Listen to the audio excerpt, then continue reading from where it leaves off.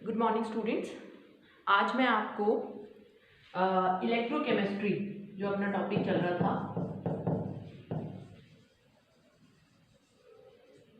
उसमें अपना Daniel cell जो गैलेनिक सेल है वो मैंने आपको लास्ट लेक्चर में समझाया था। आज अपन पढ़ेंगे single electrode potential. Single electrode potential. देखो, सिंगल इलेक्ट्रॉन मतलब जब आप जैसे डैनियल सेल में आपने दो इलेक्ट्रोड यूज करी, एक जिंक इलेक्ट्रोड एक कॉपर इलेक्ट्रोड। लेकिन सिंगल इलेक्ट्रोड क्या हुई कि जिंक इलेक्ट्रोड जैसे आप अपन ने ली थी उसमें जिंक की रॉड थी और जो सॉल्यूशन था वो किसका था, जिंक सल्फेट। ये है एक सिंगल इलेक्ट्रॉन, है ना। और इसके पोटेंशियल को अपन कहते हैं half cell potential. Single electrode का पोटेंशियल निकालना मुश्किल होता है, मतलब आप एक सिंगल इलेक्ट्रोड का पोटेंशियल नहीं निकाल सकते। उसको निकालने के लिए आपको पहले उस इलेक्ट्रोड को दूसरी इलेक्ट्रोड के साथ जोड़ के सेल बनाना होगा और फिर आप क्या करोगे, उस सेल का ईएमएफ निकालोगे। और जो ईएमएफ होता है वो होता है ई कैथोड माइनस ई एनोड। ठीक है, तो क्या होता है इसमें अपन एक इलेक्ट्रोड जिसका अपन को निकालना है, मान लो अपन को जिंक का इलेक्ट्रोड पोटेंशियल निकालना है, तो एक इलेक्ट्रोड तो अपन जिंक ले लेंगे जब सेल बनाएंगे और दूसरी इलेक्ट्रोड अपन हाइड्रोजन इलेक्ट्रोड ले लेते हैं क्योंकि उसका पोटेंशियल जो है वो मान लिया जाता है कि कितना है, 0 वोल्ट। ठीक है, तो एनोड या कैथोड उनमें से एक क्या बन जाएगी, एनोड या कैथोड में से एक इलेक्ट्रोड, मान लो अगर एनोड जो है वो अपन ने हाइड्रोजन इलेक्ट्रोड बना ली तो ई कैथोड माइनस हाइड्रोजन इलेक्ट्रोड अगर अपन ने एनोड मानी है तो उसका पोटेंशियल आपको पता है 0 वोल्ट।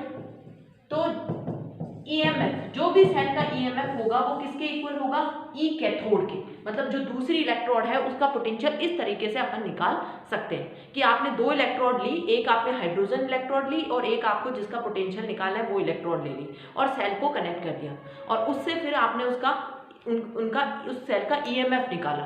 तो जो भी ईएमएफ है वो उस हाइड्रोजन के अलावा जो इलेक्ट्रोड ली है वो उसी का इलेक्ट्रोड पोटेंशियल होगा क्योंकि हाइड्रोजन का तो क्या हो जाता है 0। तो जब आप कैथोड माइनस एनोड करते हो तो मान लो जिंक इलेक्ट्रोड मैं कैथोड लेती हूँ तो एनोड जो हाइड्रोजन है उसका तो निकल गया और ईएमएफ के इक्वल कौन बच गया, सिर्फ कैथोड वाला। ये मैंने एग्जाम्पल दिया है।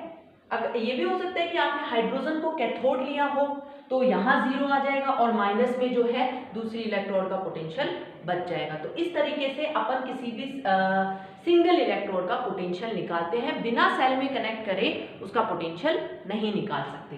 ठीक है, तो ये होता है सिंगल इलेक्ट्रोड पोटेंशियल जो कि हम सेल में कनेक्ट करके उस इलेक्ट्रोड को उसको हाइड्रोजन इलेक्ट्रोड के साथ जब आप कनेक्ट करोगे तभी निकाल पाओगे क्योंकि ईएमएफ होता है ई कैथोड माइनस ई एनोड। ठीक है, तो एक 0 हो जाएगा, हाइड्रोजन इलेक्ट्रोड जो भी बनी है, कैथोड बनी है एनोड बनी है, वो 0 हो जाएगा और जो बचा हुआ है वो ईएमएफ के इक्वल दूसरी इलेक्ट्रोड का पोटेंशियल आ जाएगा। ठीक है, दूसरी चीज जो है एक होता है standard electrode potential. Standard electrode potential. ठीक है, तो स्टैंडर्ड इलेक्ट्रोड जैसे ही वर्ड स्टैंडर्ड लगता है तो एक स्टैंडर्ड कंडीशन इसमें ले ली जाती है। जैसे यहाँ पे जो टेम्परेचर होगा वो होगा 25 डिग्री और जो भी आप सॉल्यूशन लोगे उसकी एक्टिविटी यूनिटी होगी, मतलब वन कंसंट्रेशन होगी, जो भी कंसंट्रेशन का आप सॉल्यूशन लोगे। और अगर आपने गैस लिया है तो वो जो गैसेस इलेक्ट्रोड है तो उसमें गैस का प्रेशर होगा 1 एटमॉस्फेयर। तो ये कंडीशंस अगर मेंटेन होती हैं उस इलेक्ट्रोड के अंदर कि जो भी आपने सॉल्यूशन लिया है उसकी वो यूनिट सॉल्यूशन हो, 1 मोलरिटी का सॉल्यूशन हो और मतलब यूनिटी होना चाहिए उसकी कंसंट्रेशन की वैल्यू, टेम्परेचर 25 डिग्री मेंटेन होना चाहिए। और जैसे अगर आप गैस इलेक्ट्रोड लेते हो हाइड्रोजन ऑक्सीजन क्लोरीन तो गैस का प्रेशर 1 एटमॉस्फेयर मेंटेन होना चाहिए। तब जो इलेक्ट्रोड का पोटेंशियल निकल के आता है उसे हम बोलते हैं स्टैंडर्ड इलेक्ट्रोड पोटेंशियल, जिसे ई के ऊपर ये नॉट लगा के डिफाइन करते हैं। ठीक है, तो ई नॉट, जैसे ये ई नॉट जो है ये स्टैंडर्ड इलेक्ट्रोड पोटेंशियल, ये हो जाएगा E naught cathode minus E naught anode. जैसे अभी अपन ने सिंपल का निकाला था तब तो स्टैंडर्ड नहीं था, लेकिन स्टैंडर्ड इलेक्ट्रोड पोटेंशियल ये हो गया standard EMF of the cell, ये हो गया स्टैंडर्ड पोटेंशियल ऑफ कैथोड, ये हो गया स्टैंडर्ड पोटेंशियल ऑफ एनोड। तो किसी भी इलेक्ट्रोड का आप स्टैंडर्ड इलेक्ट्रॉन पोटेंशियल भी निकाल सकते हो। उसमें भी सेम ही कंडीशन है कि आपको जब सेल बनाओगे तो एक, जैसे अगर आप जिंक का ही मान लो आप स्टैंडर्ड इलेक्ट्रोड पोटेंशियल निकालना चाहते हो,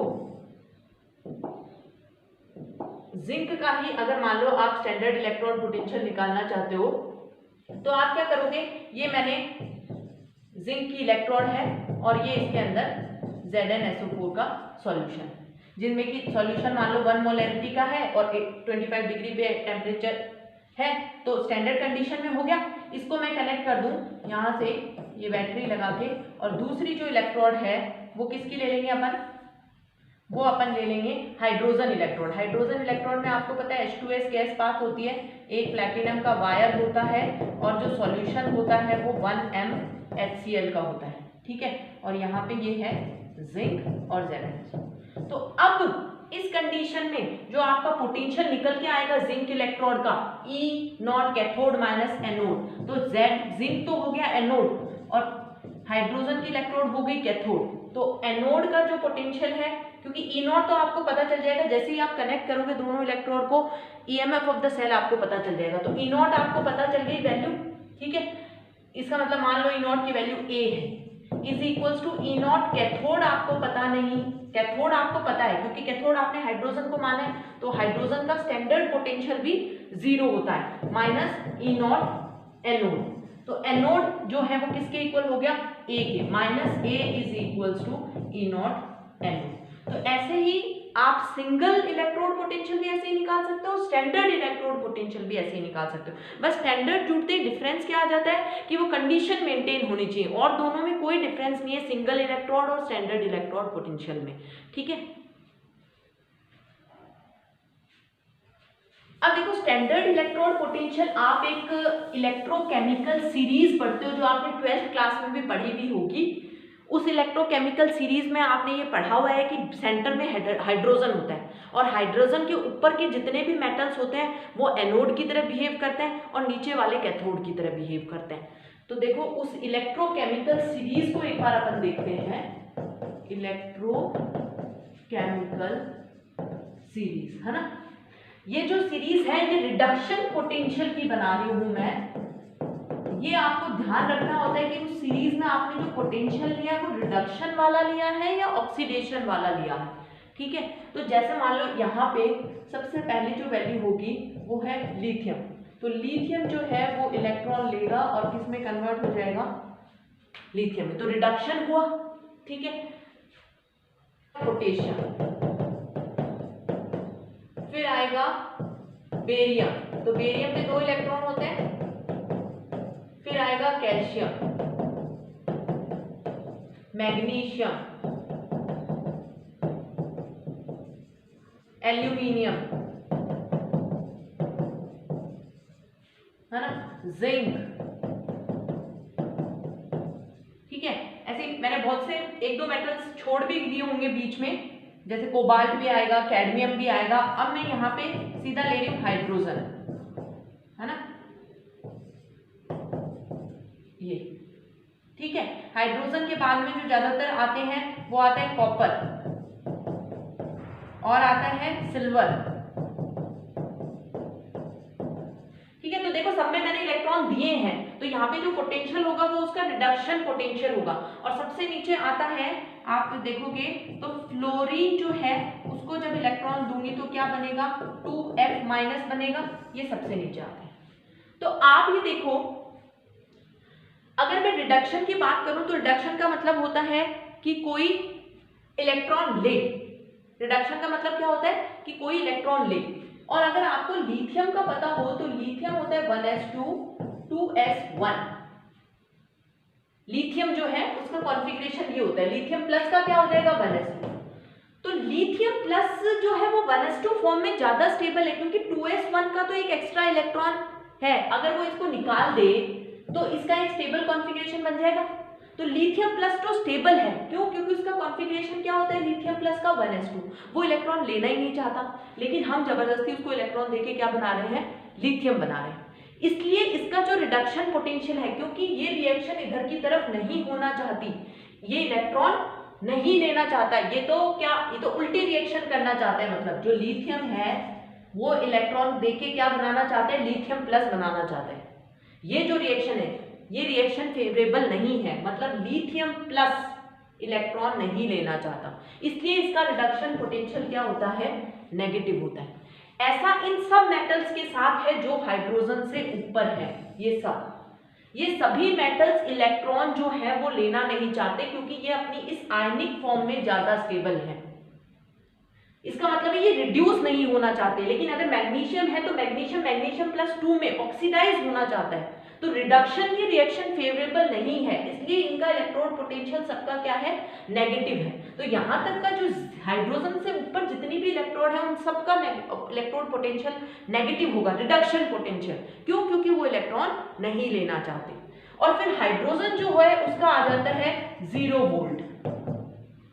और हाइड्रोजन के बाद में जो कॉपर, सिल्वर या आप और भी देखोगे क्लोरीन की है, ब्रोमीन की है, आयोडीन की है, फ्लोरीन की, ये जो इलेक्ट्रॉन्स हैं ये इलेक्ट्रॉन लेना चाहती हैं। आपको पता ही है हाइड्रोजन तो वैसे ही इलेक्ट्रोनेगेटिव होते हैं, तो वो इलेक्ट्रॉन्स लेना चाहती हैं। तो ये कॉपर और सिल्वर और ये जितने भी नीचे इलेक्ट्रॉन्स हैं हाइड्रोजन के वो लेना चाहती हैं, तो रिड्यूस होना चाहती हैं। जब कोई इलेक्ट्रॉन लेता है तो रिड्यूस होता है, तो उनके लिए ये रिएक्शन फेवरेबल है इलेक्ट्रॉन लेने वाली, ठीक है। इसलिए इनका रिडक्शन पोटेंशियल हमेशा पॉजिटिव होता है, मतलब इनकी वैल्यू हमेशा पॉजिटिव होती है। समझ में आ रही बात? ये आप इलेक्ट्रोकेमिकल सीरीज में देखोगे। तो ये इलेक्ट्रोकेमिकल सीरीज क्यों जरूरी है कि मान लो मैं सेल बना रही हूं और मैं 2 इलेक्ट्रोड लेना चाहती हूँ, एक को एनोड एक को कैथोड। और आपको पता है कि जो एनोड है उसका काम होता है इलेक्ट्रॉन देना, और जो कैथोड है उसका काम होता है इलेक्ट्रॉन लेना। तो एनोड जो है वो होती है जो इलेक्ट्रॉन देती है, ठीक है। अभी मैंने बताया कि ये ऊपर वाले जो है जितने भी, ये इलेक्ट्रॉन क्या करते हैं, इलेक्ट्रॉन देना चाहते हैं। ये सारे इलेक्ट्रॉन देना चाहते हैं, तो देंगे तभी तो प्लस में कन्वर्ट होंगे, लेना तो चाहते ही नहीं है। ये रिएक्शन तो फेवरेबल ही नहीं है, इसका पोटेंशियल तो नेगेटिव है। बल्कि अगर मैं उल्टी रिएक्शन लिखूं ना, देखो कि लिथियम से लिथियम प्लस बन रहा है और क्या है, इलेक्ट्रॉन निकल रहा है, तो ये इसका ऑक्सीडेशन हो गया, तब इसकी वैल्यू A आएगी, क्योंकि ये रिएक्शन फेवरेबल है। लिथियम प्लस बनाना चाहता है, लेकिन लिथियम प्लस इलेक्ट्रॉन लेके लिथियम नहीं बनाना चाहता, इसलिए मैंने -A लिखी है। वो रिडक्शन पोटेंशियल था, इलेक्ट्रॉन ले रहा था, यहाँ इलेक्ट्रॉन दे रहा है, तो क्या है, ऑक्सीडेशन। तो ऑक्सीडाइज होना चाहते हैं ये सारे इलेक्ट्रॉन्स। हाइड्रोजन के ऊपर वाली जितनी भी इलेक्ट्रॉन्स हैं वो क्या होनी चाहती हैं, ऑक्सीडाइज। तो हर सेल में वो क्या बनना चाहेंगी, एनोड। और एनोड अगर इनमें ही अगर आप कंपैरिजन करके बनाना चाहते हो, तो नीचे जैसे जैसे आप नीचे जाते जाओगे वैसे वैसे लेने की बढ़ती जाएगी टेंडेंसी। मतलब अगर हम इन दो के कंपैरिजन करें तो मैग्नीशियम लेना चाहेगा, कैल्शियम उससे कम लेना चाहेगा, तो आप कैल्शियम को एनोड बनाओ और मैग्नीशियम को कैथोड बनाओ। क्योंकि जो इसका मतलब उल्टा बोले तो कैल्शियम देना ज्यादा चाहता है मैग्नीशियम के कंपैरिजन में, जो ऊपर है ना वो देना ज्यादा चाहते हैं। तो देना मतलब अगर आपको इन दोनों में से एनोड और कैथोड बनाना है तो कैल्शियम को एनोड बनाओ और उसको कैथोड। और अगर ऊपर नीचे हाइड्रोजन के मान लो मैं लूं कॉपर और जिंक, ये रहा जिंक, तो आपको पता है कि हाइड्रोजन के ऊपर वाले तो ज्यादातर वैसे उनकी टेंडेंसी क्या होती है कि वो दे इलेक्ट्रॉन, तो ये देगा तो इसको एनोड बनाएंगे और इसको कैथोड बनाएंगे। तो आपने गैल्वेनिक सेल में भी देखा होगा, जिंक को अपन एनोड बनाते हैं और दूसरी को अपन कैथोड बनाते हैं। तो ऊपर वाले ज्यादातर एनोड बनते हैं और हाइड्रोजन के नीचे वाले कैथोड बनते हैं। ये क्वेश्चन भी 12th क्लास में भी बहुत क्वेश्चन पूछे जाते हैं। 2 आपको मेटल बता दिए जाते हैं कि बताएं कि सेल जो है वो स्पॉन्टेनियस कब होगा, या सेल जो है वो फेवरेबल या सही रिएक्शन कब होगी, सेल के अंदर फेवरेबल रिएक्शन कब होगी, जब जो एनोड है जिस इलेक्ट्रोड को एनोड बनना चाहिए वही एनोड बने और दूसरी कैथोड। अगर आप उल्टा कर दोगे, मान लो जिंक और कॉपर का है और आपने कॉपर को तो एनोड बना दिया और जिंक को कैथोड बना दिया, तो वो जो सेल है उसका ईएमएफ नेगेटिव आएगा। और जब ईएमएफ टोटल ईएमएफ सेल का नेगेटिव आता है, इसका मतलब वो रिएक्शन जो सेल में हो रही है वो फेवरेबल नहीं है सेल के लिए। आपने सही नहीं जोड़ा, ईएमएफ पॉजिटिव होना चाहिए, तभी सेल जो है उसके वो जो आपने इलेक्ट्रोड लगाई है वो सही लगाई है और वो रिएक्शन फेवरेबल है सेल के लिए। समझ में आ रही बात ये? तो ये बहुत इंपॉर्टेंट है इलेक्ट्रोकेमिकल सीरीज। इसमें आप कुछ मेटल्स तो ध्यान रखो, जैसे मैंने बताया lithium, potassium, barium, calcium, magnesium, aluminium, zinc, cobalt भी आता है यहाँ पे, कैडमियम भी आता है, फिर हाइड्रोजन, नीचे ज्यादातर ये कॉपर और सिल्वर, और सबसे नीचे देखो हेलोजन, वो भी फ्लोरीन सबसे नीचे रहता है, क्योंकि फ्लोरीन की सबसे ज्यादा पॉजिटिव वैल्यू होती है। क्यों? क्योंकि वो रिडक्शन पोटेंशियल हम लिख रहे हैं और रिड्यूस होना चाहता है फ्लोरीन। अगर मैं यहाँ पे ऑक्सीडेशन पोटेंशियल लिख देती, अगर मैं यहाँ पे ऑक्सीडेशन पोटेंशियल, ऑक्सीडेशन मतलब ऑक्सीडाइज होना, जो दूसरे को अपना इलेक्ट्रॉन देना चाहे, तो ऑक्सीडेशन पोटेंशियल लिखती ना, तो ऊपर वाली सारी वैल्यूज पॉजिटिव होती और इसके नीचे वाली सारी वैल्यूज क्या होती? नेगेटिव होती। आप यहाँ पे कोई भी इलेक्ट्रोकेमिकल सीरीज में यहाँ पहले देखा करो कि क्या लिखा हुआ है। क्यों? क्योंकि लिथियम ऑक्सीडाइज होना चाहता है, इसलिए उसके लिए वो रिएक्शन फेवरेबल है। तो अगर ऑक्सीडेशन पोटेंशियल लिखोगे तो ए आएगा, और रिडक्शन पोटेंशियल अगर लिखोगे तो माइनस ए आएगा, क्योंकि लिथियम, सिर्फ हम बात लिथियम की कर रहे हैं कि लिथियम ऑक्सीडाइज होना चाहता है या रिड्यूस होना चाहता है। यहाँ पे उसका रिडक्शन लिखा है इसलिए माइनस आ रहा है। ओके,